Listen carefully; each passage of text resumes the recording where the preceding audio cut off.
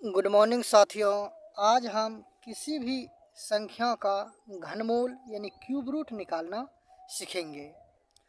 Cube root निकालने के लिए सबसे पहले कम से कम आपको 1 से लेकर के 10 तक की संख्या का क्यूब जो है याद होनी चाहिए। अगर किसी भी स्टूडेंट को याद नहीं है तो उन्हें पहले ये समझाया जाना ज़रूरी है कि कैसे क्यूब और कितना होता है। तो देखिए, सबसे पहले हम 1 से लेकर 10 तक का क्यूब देखेंगे, उसके बाद निकालना सीखेंगे बड़ी से बड़ी संख्या का जो 2-3 सेकेंड में हो जाए। जैसा कि यहाँ आप देख सकते हैं, यहाँ पे 1 है, इसका क्यूब जो है 1 ही होता है।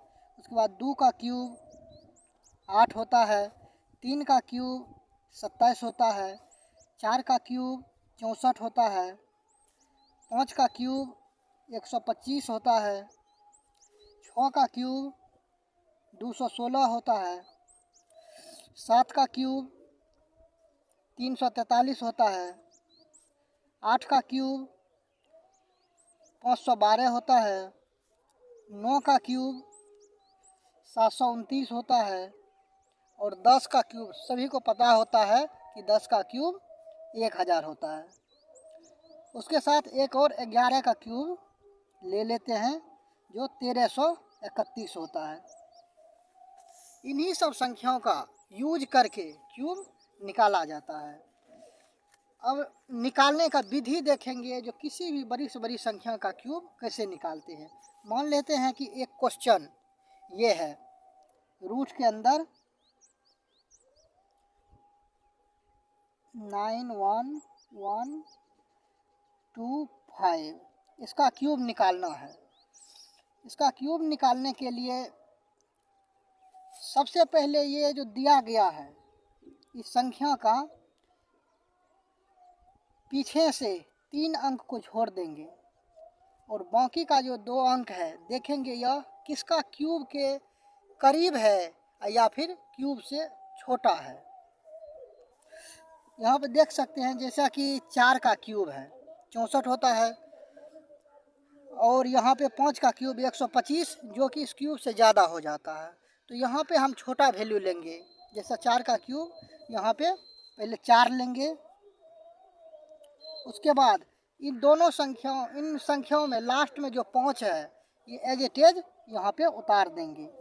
यही सवाल का आंसर हो जाएगा। दूसरा एक क्वेश्चन लेते हैं,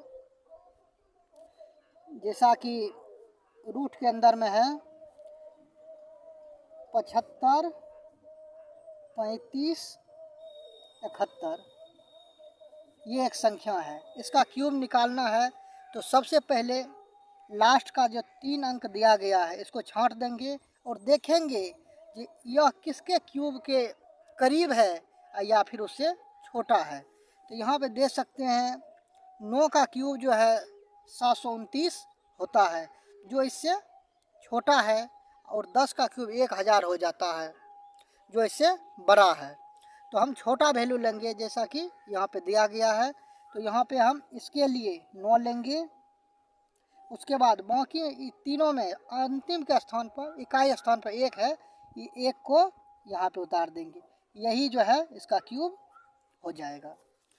उसके बाद एक और क्वेश्चन लेते हैं, जैसा कि रूट के अंदर क्यूब में 22, 69, 81 है।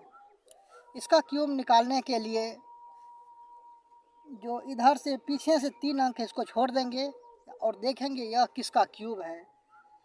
इसमें देखते हैं जो 6 का क्यूब 216 के करीब होता है और 7 का क्यूब 343 जो कि ज़्यादा हो जाता है। तो यहाँ पे हम 6 लेंगे और यहाँ इसके लिए 6 लिख लेंगे और जो 1 आता है यहाँ पे इसको लिख लेंगे।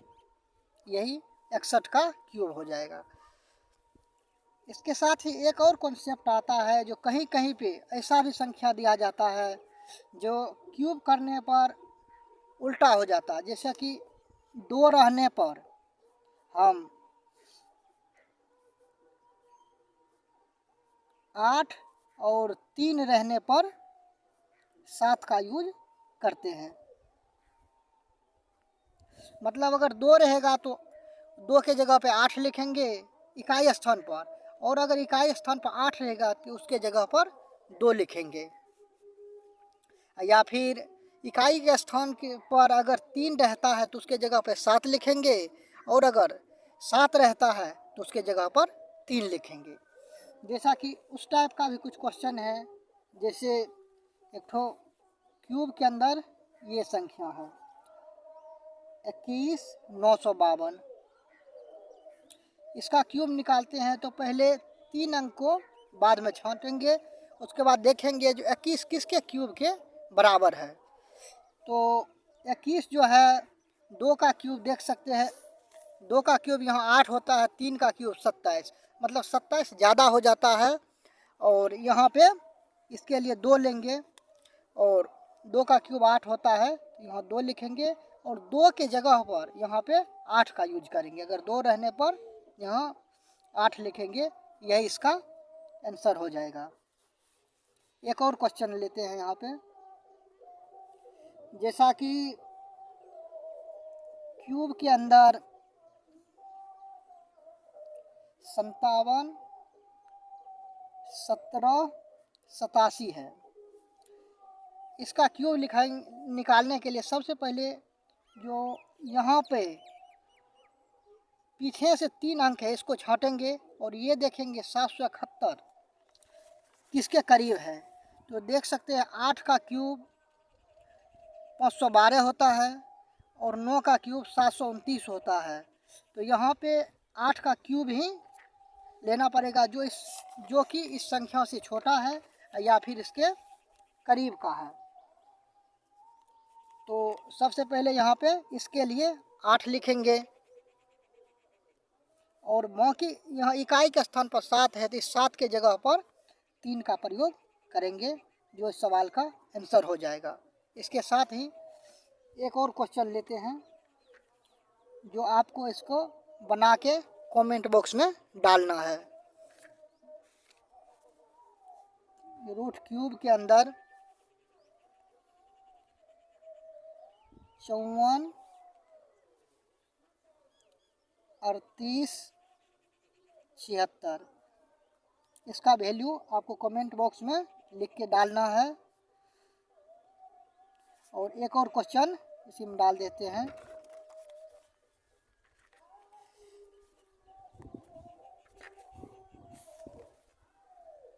जैसा कि क्यूब के अंदर हो जाएगा